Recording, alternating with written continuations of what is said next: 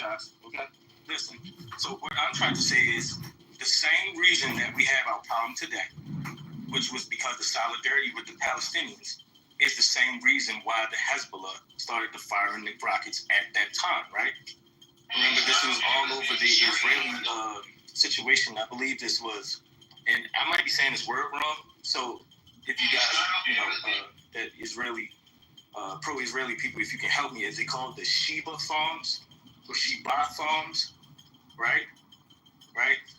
And so at that time, right, I think that what I'm trying to say is that the ticking noise is also indicative of a film, a movie theater, a speak scene. We're looking at them as terrorists, but we're not looking at the instigator in this. So we're calling them the instigator when there's only one prime instigator, which is Israel.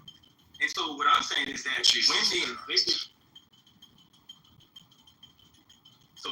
that when they invaded Lebanon back in the day, are you saying that Lebanon just had no reason to have a problem with Israel? Or are we just saying that they just came out and, I want to kill an Israeli today? I don't understand the point here to make it seem like Hezbollah forming that is wrong because of what they did back in the day. Like I said, Israel invaded Lebanon. It wasn't the other way around.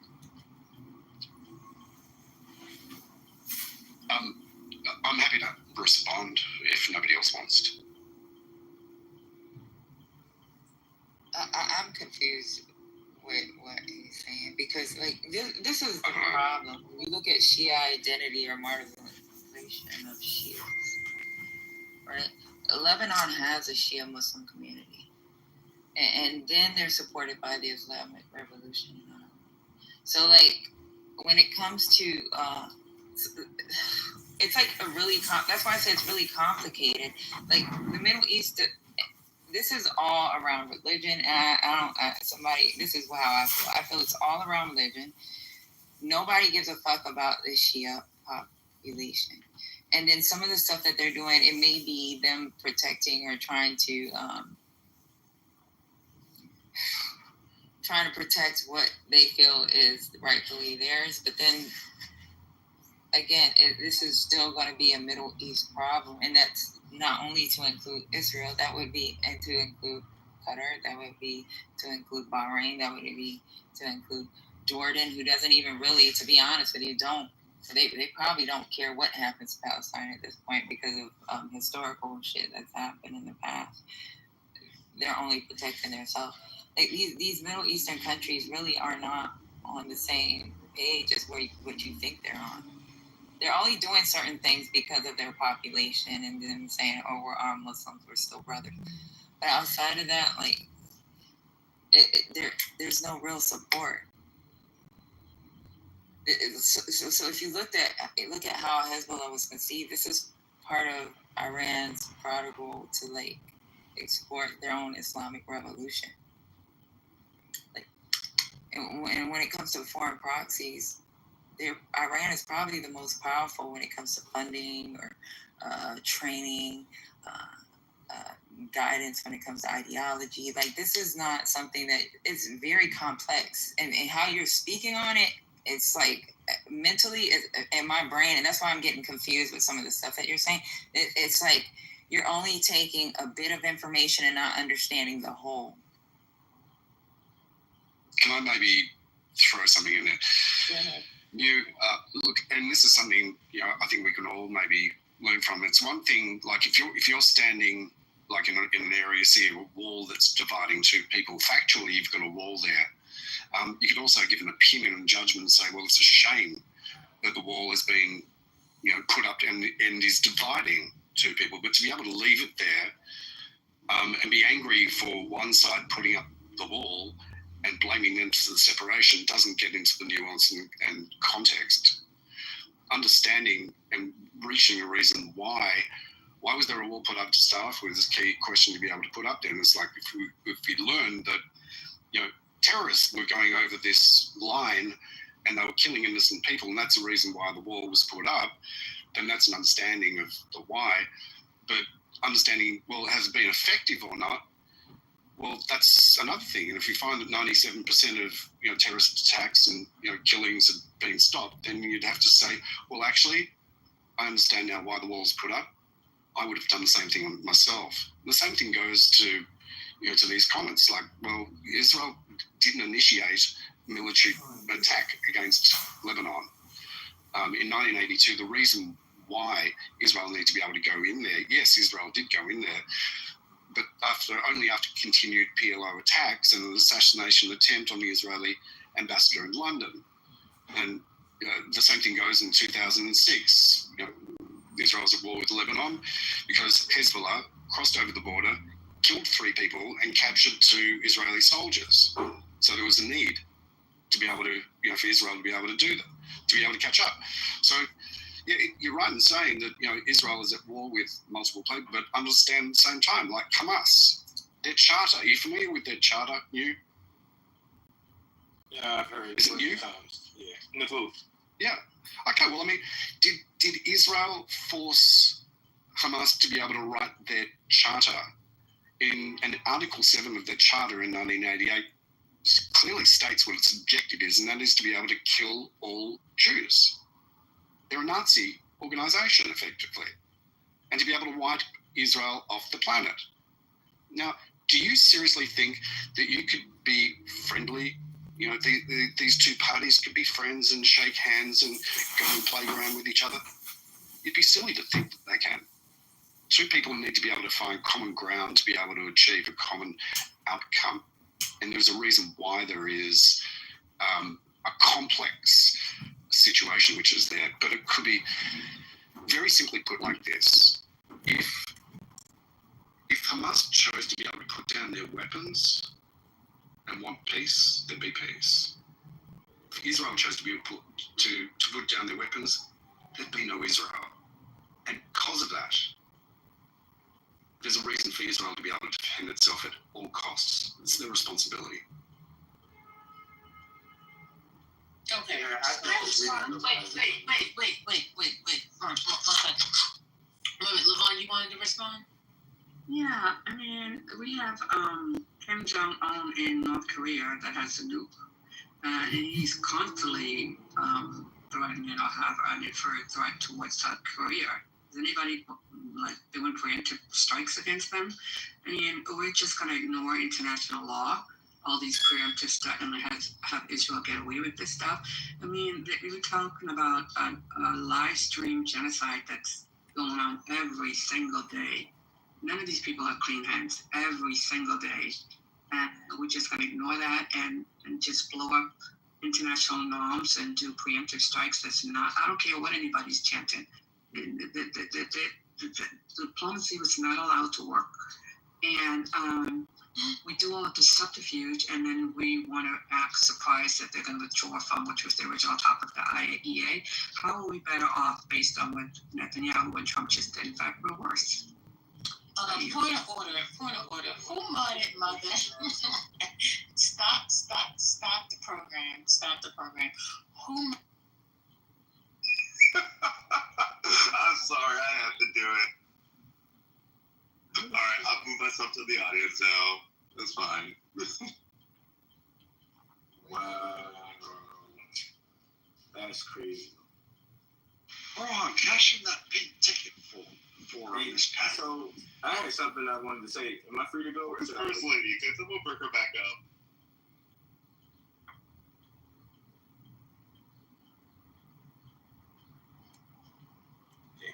Can I speak on what I wanted to say, or should I?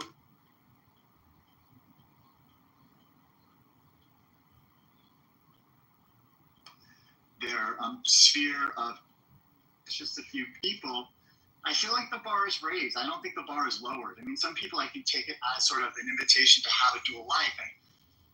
And personally, I don't think it's very healthy, but also I think that it's a bad habit to get into. I mean, you've just seen so many situations where it just becomes impossible to guard sort of the many-pronged, faces of living a life. And I know in early psychology and psychoanalysis, they were always talking about these blank slate therapists, blank slate analysts, and I don't believe in blank slate anything. And so So there's a room called Trump and MAGA are racist. Because I think congruency is this, as I've heard it said lately, it's about the realness, it's about, can you connect with somebody and does it feel genuine? Does it feel easy? Well, I've watched people now,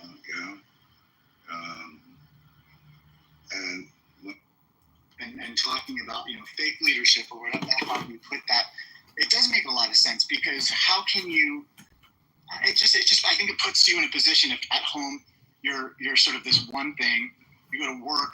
I mean, I get you have different personas you're putting on, those are functional, and that's fair to do. And I think some of us have more pressure or less pressure to do that. But I think you're on the money when you talk about congruency being a really important aspect of being a good leader. Having integrity, yada, yada. And good morning, Susie. Good morning, Steve. Anyone want to jump? Yeah, I would like to. The first page of the Dhammapada, which is an ancient Buddhist text, says that everything comes from the mind, and that basically what you focus your mind upon is what grows and flourishes. And so if you put that together with other Buddhist texts, what they say is you suffer through life if you're, so to speak, not congruent, to use your words. If you are not, expressing your mind, living according to your mind, understanding your mind. If you're in conflict with yourself, your mind, whatever, you're going to suffer. And so people who are inauthentic, who are fake salesmen, like that Always Be Closing. What was that movie? The real estate movie. It was a play and then became Glenn Ross. Yes, thank you. That's it. Always be closing. You have to be in some kind of agreement with your own mind, or number one, the people around you will see it. Number two, there's no way to lead effectively if you don't really know where you're leading from and why and where you're leading to. And this is Barbara's territory, not mine. But one good thing, I suppose, about psychological training and the kind of studying and deep diving that you've done, Dr. James, and do on a regular basis is examine congruency and try to bring people into agreement with their own minds, so to speak. Including self. Actually, Dr. James, just quickly, cognitive dissonance. You could look at cognitive dissonance from a psychological perspective, is what this is referring to from a Buddhist perspective. Right. I'd like to add one other thing. What you said, Dr. James, I don't want that to be missed when you said including yourself. Because what we often find, so we do these leadership assessments, right? Which is called a 360. So your peers assess you, your direct reports assess you, your boss assess you, and you assess yourself. And what we see often is that, and I'm going to put a gender lens on it too, right? Men tend to overestimate their self in terms of, on a scale of 0 to 10, how effective are you in whatever, right? Valuing people, valuing differences, or something like that. And women tend to underestimate themselves, right? Under-assess themselves, right? But the point is that there's an incongruence between self and others, right? So important to have that kind of deep dive on, wow, I thought I saw myself like that, but that's not how I occur or how I land for others, right? So how can I create congruence between my intentions, which is to be respectful, inclusive, and effective, whatever, right? And how I actually land for the people. That's the learning. And I love what you said, calling out the self. So I'm done for now. Thanks. Interesting, Barbara. I think one of the first times I opted to do a little mini talking here, I did a talk around these types of biases and some of the differences in the way gender is both perceived and experienced from kind of a psychological framework. And I really do think that's on the money and it's not to be missed. And yeah, the reason why I say self is because, and this is something I brought up right at the end of the time we had here yesterday, was in psychology, if you're getting a degree through an American Psychological Association accredited school, there's a requirement you have a minimum of a year's worth of personal therapy. And I think that's part of sort of the ethos to do no harm, because, obviously we want to get a bit more in touch with, things we may be missing about ourselves as part of the process of being helpful. And I think it's good. I appreciate the work you do. We probably have a lot of overlap in terms of some of the things we've experienced, but you're coming from much more kind of seasoned, experienced place from that, and I'm kind of at a new start of a new career. But it's kind of not a new career, but becoming licensed is going to be a new bag of kind of ethics to hold. And one of the things that I thought about a bit is on the other side of a license, one really becomes kind of an autonomous agent of personal and professional ethics. And the only thing at that point holding someone back from, doing harm or doing some sort of thing that could get them into hot water, I think, is really just having developed over time habits that continue to evidence practicing ethics in their lives, and having some values that they understand and they can sort of anchor to. And I think this is really kind of an important thing. And I think earlier I was asking about kind of the perception of different professions. Different professions, there is more of an expectation. If you're a police officer, you may be considered very skilled if you're good at deception. And then, if you're a politician, you probably are frowned at for being good at deception, and you probably have an oath you've taken that means you have to be more transparent. So it's just a very smarmy place, because different people coming from different positions on, what is ethical behavior, what is honesty, what is trust, doesn't matter. I think it's a really interesting conversation. Can I just offer a national perspective? Yeah, absolutely. So I come from Denmark, the same as Barbara originally, and we sort of have a friendly banter with Sweden, our neighboring country. So we're in Europe, we're in the Nordics, and we are actually the two countries that have been in most war in world history, Danes and Swedes. So now I'm talking bad about Swedes. I come from this is my disclaimer. So the Nordics are very often pointed out to be among the happiest populations in the world. So how come the Danes are the happiest people in the world? Well, right now it's the Finns. They don't understand why. I can say that in truth because I'm half Finnish. But so Scandinavia seems to be very happy people. But somebody said to me a year ago, they said, it's a little bit interesting why Sweden will never come on top of that list. And we immediately agreed they will not. And the interesting mental thing in that is actually because they lie and Danes don't. So Danes have the reputation of, I know all you guys from the US, you're going to enjoy this, to be the United States of Northern Europe.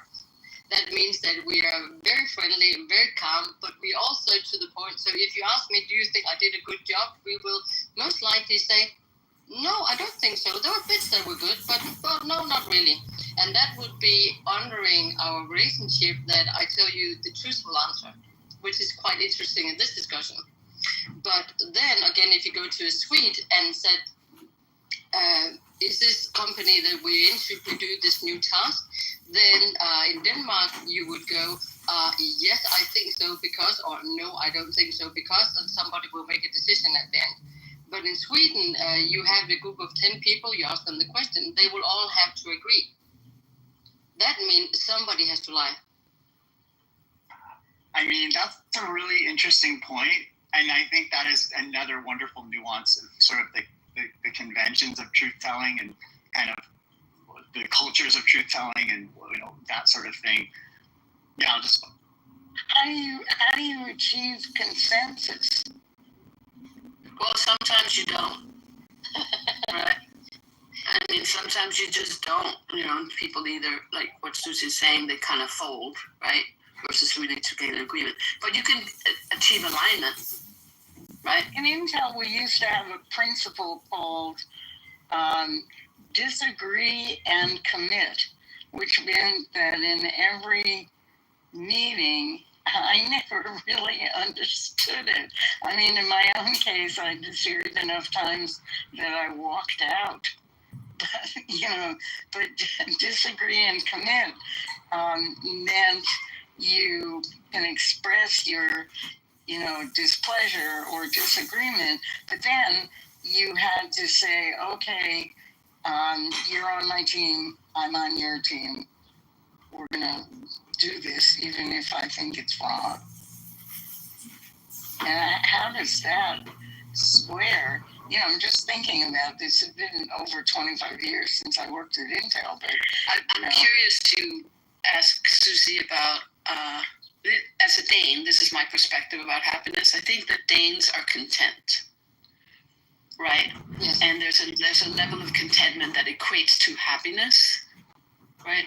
And then there's the happiness part, because I was just talking to my sister for a couple hours last night. She's in Copenhagen and she's in this tiny little apartment and she's she downsized, blah blah blah, and she said, I'm really enjoying this 800 square foot whatever, right? It's content, which then she says, I'm happy. What do you think of that, Susie?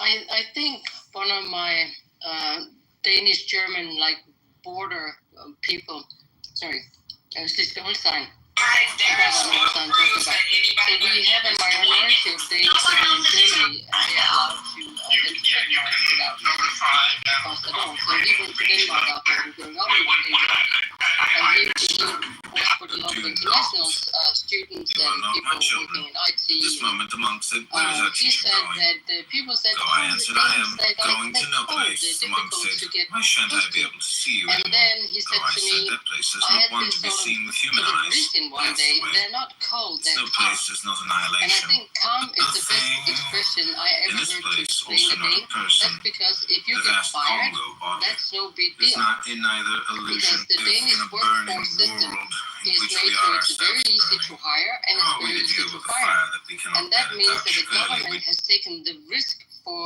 the workforce and saying, well, we have made a system where you will actually get 80% of your income for 1 year currently. That means that you don't worry about getting fired because you can be calm and think, okay, maybe I'm not doing the right thing. Maybe I should take a second education. Maybe I should work for a different company. It's no big deal if I get fired. You can take the education you want to because we get paid to educate ourselves onto a certain limit, of course. But every single Dane has a right to not only free education, but also get paid while you're studying. So that means we are calm. We're very, very calm. And sometimes a little bit, if you're calm, are you happy? I think it goes a long way. But can you still be desperate even though that you're calm? Yes, you definitely can. Wow, that is exactly the opposite of what I have noted in the United States. First of all, in the United States, we're all totally identified with our work.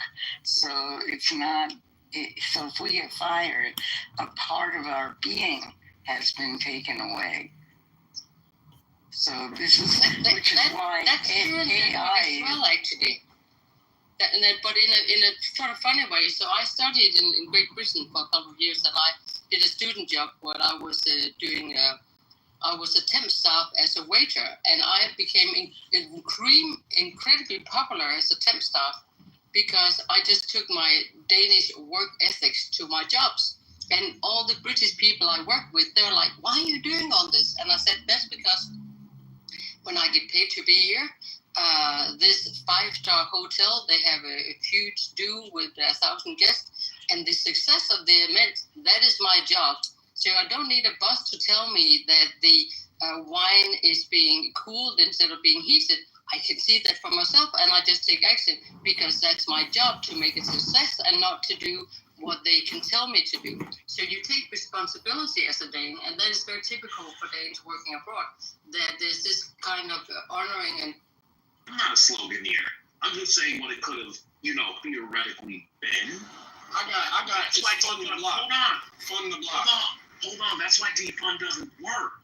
Because if you're actually paying attention to not just the nation, but certain communities, especially in the South, and how they feel about police in particular, you're not going to run that. You're going to have to flip that into, why don't we get community centers and other things like that? So it is a thing of that. I'm not making excuses for Nina, because like I said, Nina. No, not you. City. I thought you were talking about a general. My bad. It's going to blame the Democratic establishment. Whenever progressives lose, it's never that they alienate people. It's never that they're anti-party, or like I said, the charter school thing may have pissed people off. It's never that they don't do, never that. It's only the Democratic establishment. Now, I happen to have some ins with some of the bougie blacks of Cleveland. They had meet and greets. They had church events. They had town halls and all types of shit. Nina Turner would not show up to talk to those old black church ladies because she had to do CNN hits. She knows she got to put It's always a Democratic establishment fault. I feel like James, you go. Can I go for a little bit and then you go, James? Bro, I just got up here and started talking. So did I. I'm going. Go ahead. No, I was just going to finish up my point about how the sloganeering doesn't work, especially when you don't You're in the Matrix. Oh, I'm in the Matrix? I heard him clearly. You're actually coming in. No, Artiguo's in the Matrix. I'm in the Matrix? I got all my bars. So, to make a long story short on my point on why defund doesn't work and why some of these other things don't work is because I think that the people that are running really don't have a good pulse or are outside enough where they could actually see why this may not work and why we may have to tailor the message to something that's more palatable. Defund was never going to work, like I said. You have a cultural context where unfortunately we have been inundated with pro-police propaganda. I mean, I still remember the Serena Daniels trial when Tanya Haggerty was killed in the late 90s. When that woman cried and said, "I fear for my safety," even as a teenager, I said, they gonna let this woman go just because she cried on the stand and said she feared for her safety from a black woman that wasn't threatening her. And what happened? Not guilty. I just had to be escorted out by a car. And that's where you see this, that's how defund doesn't work. There are a lot of people that are sympathetic to their plight because of how media plays a role and shapes ideas. And if you're running a campaign and you don't know that, 9 times out of 10 you're gonna lose. That's all I wanted to say, y'all. I'm done. No, I don't disagree with that, but I really do think, and I know nobody likes it, it's definitely a style over substance issue. I've been on Clubhouse a while.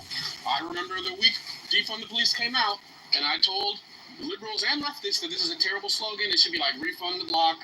We should have like different ways to talk about this thing without literally making a statement that's untenable with what we state is our philosophy, which is that the more you fund government institutions, the better they behave. It's not actually like a statement that is even coherent with a leftist worldview. So that's a part of why it's bad. But on top of that, it certainly wasn't just liberals doing that corporatist, like pandering to identity issues in lieu of dealing with like substantive issues around class. It wasn't leftists in kente clubs on Juneteenth. It wasn't leftists doing that shit. And so there was a lot of bad optics. There was a lot of bad optics that helped caricature liberalism in a way that seemed insincere. And when I say the Mamdani model works, it doesn't mean Mamdani's substantive interests that are aligned for New York worldviews work. It means he doesn't talk too long. He doesn't say right at the end of every affirmative sentence. And he sounds and moves and speaks like a fairly heteronormative man. Like he's a heteronormative You man. mean the guy that went around to all the different religious temples and put their hats and shit on? That guy. Wait, you just said, wait, okay.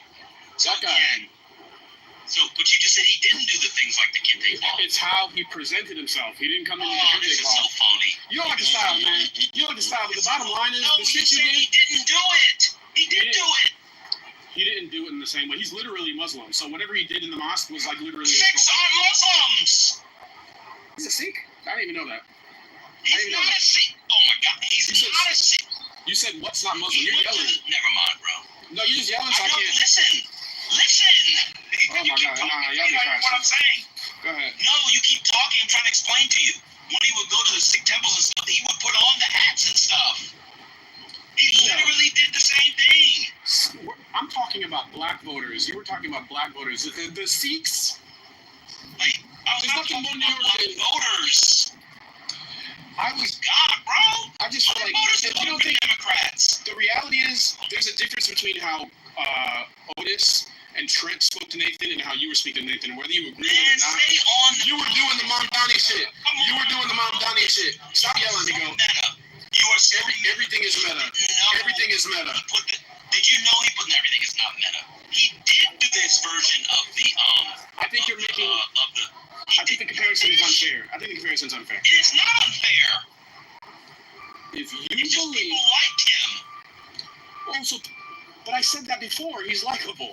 I said that before. But you said that people didn't. You said he didn't do it, and what I'm saying is he did do it. When he does it, Obama seems authentic when he does it. He seems believable when he does it. There's a performance to it too. There's a performance to it too. What you did with Nathan was a performance. Come on, bro. Calm down. What you're doing is a performance. Let me ask you a question. Why did they do the kente cloth? Do you know? Was it? I don't know. I don't even remember what the function was for. Was it for George Floyd or was it for Juneteenth? I don't remember. They were asked to by a black group. Asked them to do it. I don't know who them niggas are. They were literally asked to do it. I don't know who them niggas are. But I can name some niggas that sound like that. It doesn't matter. So it's damned if you do, damned if you don't. So if you don't do the thing, it's a problem. And then if you do the thing, it's a problem. How did you not know that the kente cloth would be like farcical online? How did nobody around them? How did nobody around them know? It's not. Everything's a distraction. Because it happens all the time in politics. It happens all the time in politics. Could it be that Dems are bad at politics right now? Man, this is insane. You asked me a question. Answering it. Okay. It happens all the time. And this one time, because the people were old and Democrats were unpopular, and it was MAGA, they got caught up. Politicians go and do these kinds of things all the time. Mamdani does it. All the way to Schumer does it. Eric Adams was out there talking about, what was he saying the other day? New York is the Albania of America. I forgot what it was. It happens all the time. If you can't, so let me know if you're done. Go ahead. I'm not, but go ahead. Well, I mean, y'all be doing the pauses. Go ahead. I didn't mean to interrupt you. It was a dramatic pause. Go ahead. It wasn't dramatic. I was inhaling. Go ahead. I didn't mean to kidnap you. I mean, I already said kidnap. I didn't mean to interrupt you. Go ahead. I lost my train. Go ahead. I was just saying, if you can't tell the difference between a Ghanaian, Nigerian, Muslim going to a Sikh temple versus Italian-ass Nancy Pelosi in a kente cloth, I don't know, man. If it's the same to you, it's the same to you. But I don't think it's received the same way from the American public. I don't think it's received the same way. More than that. That was bad. Articulate. He's done more than just the Sikh thing.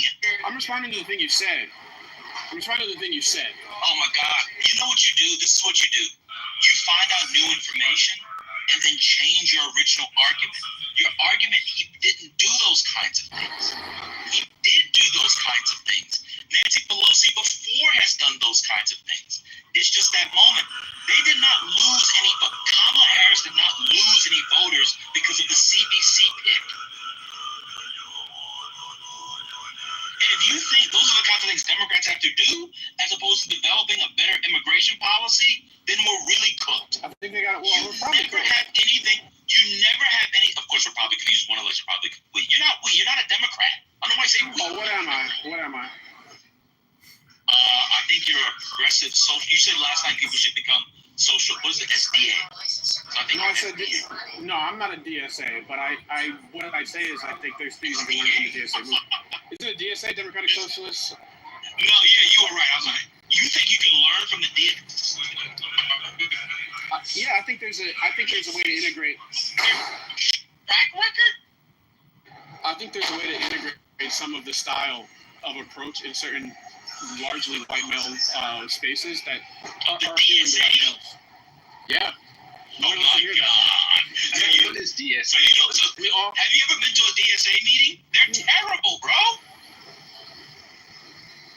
I mean, I can be honest with you. I mean, be honest.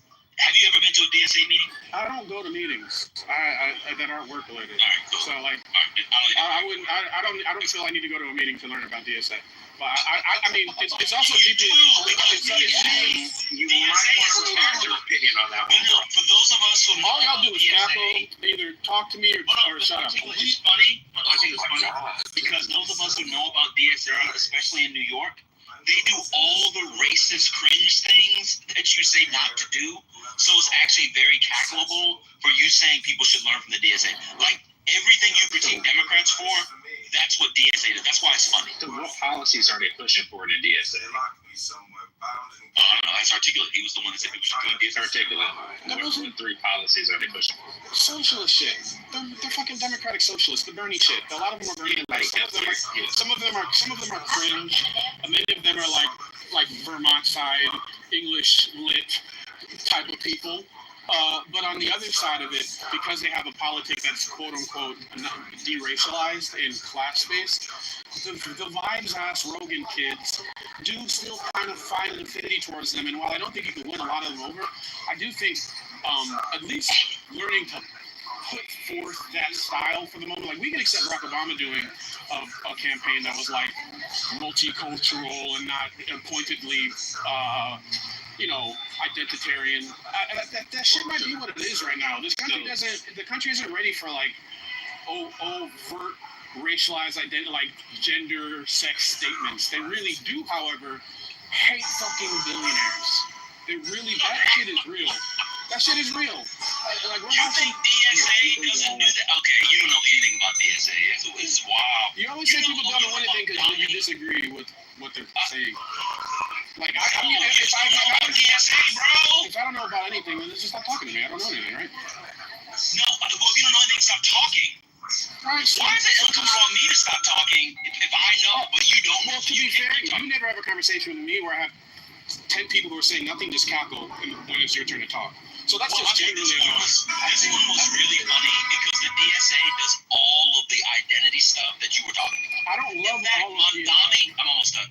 Mamdani himself, until about 3 weeks ago, also does all of the identity stuff. Like, this is what's funny about you. Somehow think that you said that they were deracialized and class-based and that they do socialist shit.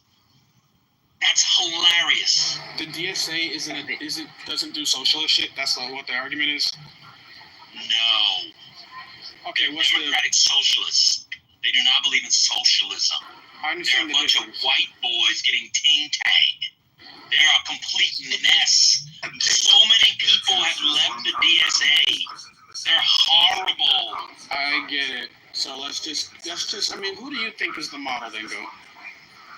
On a national level. I already said it depends on the state. It depends on there is no model on the national level until you get a nominee. And so I think when you have a nominee, I think like right now, the model for Democrats successfully has been no one from the coast. That's probably what they need to do as a starting point. If that's how you feel, that's how you argument, but I think it's true. If that's how you feel, that's how you feel. What I'm actually trying to say here isn't that you take everything that you hate about a DSA and apply it on the national level. I'm saying you find areas in which there is like traction, or at least like a depressive aspect on the opposition, the actual opposition, not internal oppositions. and you see where you can apply it. I think the thing that makes Mamdani most effective is he looks, talks, sounds, and feels like he does have to vote. Believe me, that was a struggle last year with the whole young people protesting last year. Last year. God, it feels like 10 years ago already, the presidential race. So he did it. He won. I think it was it 43, almost 44% to about 30. Sorry, I don't have the numbers right in front of me because I think it was like 38 to 36 to 36. It was about an 8-point lead, wasn't it? It wasn't a full 10-point lead, but nonetheless. But when I looked at the map, I thought it was really interesting because he took a lot of Manhattan, which I thought was very interesting and not surprising about Brooklyn. And then Cuomo's big leads I thought were concentrated in Staten Island and up in the Bronx, which and you know what was interesting? Made my hair stand on edge. Well, there's a big Italian contingency. That's true. Which I don't think of us